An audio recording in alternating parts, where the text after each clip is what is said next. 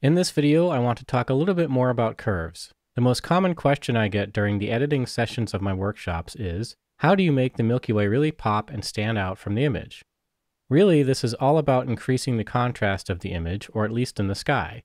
In deep space astrophotography, this is called stretching the image. You don't need extra plugins to get detail in the night sky, you just need to bring out the detail that is there by stretching the contrast. And this is easily done by using the Curves tool. You could use the Levels tool as well, but Curves allows greater control, so more often than not I use Curves. So let's take a look at this image of the Milky Way over some boats. This was shot with a 58mm lens to make the galactic core appear very large over the foreground, and has already been processed using most of the methods shown earlier in the workflow demo to get the image ready for creative edits. So as you can see, the Milky Way is certainly visible here, but it's not very dramatic. It's sort of hiding in the background a little bit. It's just not as much detail visible. So I'm just going to add a curves adjustment to it, and you'll see how quickly this changes it from being flat to being really, really punchy. So again, I'm going to use the targeted adjustment tool here, which turns into the eyedropper tool, and just put it on part of the image that I want to darken or brighten. And I usually start with part of the image that I think should be a little darker. So something like the dark horse is a common spot to try. Bring it down a little bit, and then I often go down to just some part of the Milky Way and just really drag that up.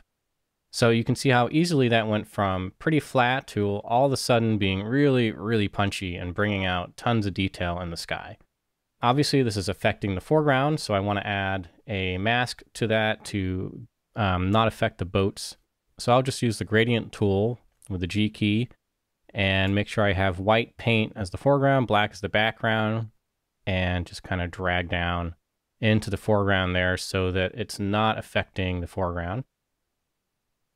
Now you can see that the boats here are really yellowy orange because of some dock lights that were very close nearby. So I want to bring that sort of ugly color out of them. So I'm just going to use the hue saturation tool, click on the targeted adjustment tool, and if I click on a point in the image, it's going to pick the color that's most prominent at that point. And if I go to the drag to the left, it'll bring the saturation down of that color. So I'm just bringing it down there, and that's it shows the reds.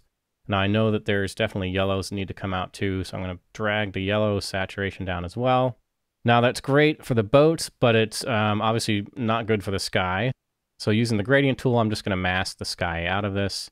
So it's going to drag down there with, this time I have black paint as my foreground paint and white paint as my background paint, and just drag from the sky down. But you could also have white paint as your foreground paint and black as your background and drag up from the water. Just depends on what you want to do.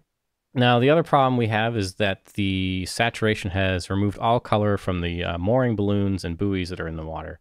So I might use a small brush at 100% opacity with black paint and just paint over those balloons and buoys and bring them back and bring the color back that's on them, including the buoys and balloons that's on the back of the ice guy's boat.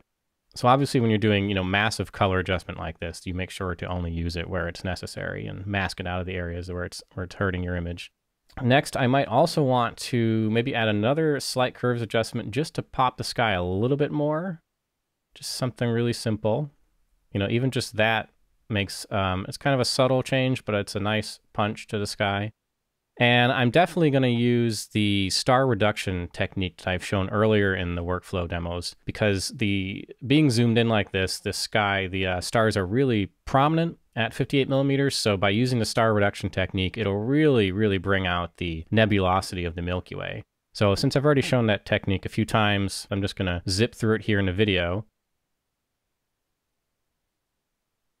So as before, I've used a fairly high value of 1 for the minimum slider for the star reduction technique, just to make it really visible in the video. But this is before the star reduction, and this is after the star reduction. And you can see what an enormous effect that has on the sky. These stars have receded into the background, and the Milky Way is just so much more visible. The clouds and details in the Milky Way are just really popping out now. And just like before, you'll want to mask out this effect from the foreground to prevent it from damaging highlights. So let's move on to a non-Milky Way photo just for a quick demo. This is a photo of Comet Neowise, and as you can see, the image is really flat. This is after stacking, I think, 53 exposures on a 200mm lens. I didn't have my star tracker with me, so I just used a whole bunch of really short exposures. So we can start by just, again, using the curves tool. Obviously, the black level needs to come up quite a bit, but I'm not going to really crush it crazily. I'm just going to bring it up a little bit because we want some room for the dynamic range to sort of grow here. And then I'm going to use the targeted adjustment tool again and maybe click somewhere on that tail of the comet and bring it up a bit. I'm just going to bring up the background a bit, but what we're going to do is do a whole bunch of iterations of using the curves tool here. Instead of doing the adjustment in one curves tool, it'll work better if you do subtle adjustments or at least smaller adjustments iteratively over a bunch of instances of curves. That'll often work better than doing one massive adjustment in curves, especially for images like this where the detail is really hidden in the dark parts of the image and you really need to stretch out the bottom of the image to make the detail become visible. So again, I'm just going to maybe bring the blacks down a little bit.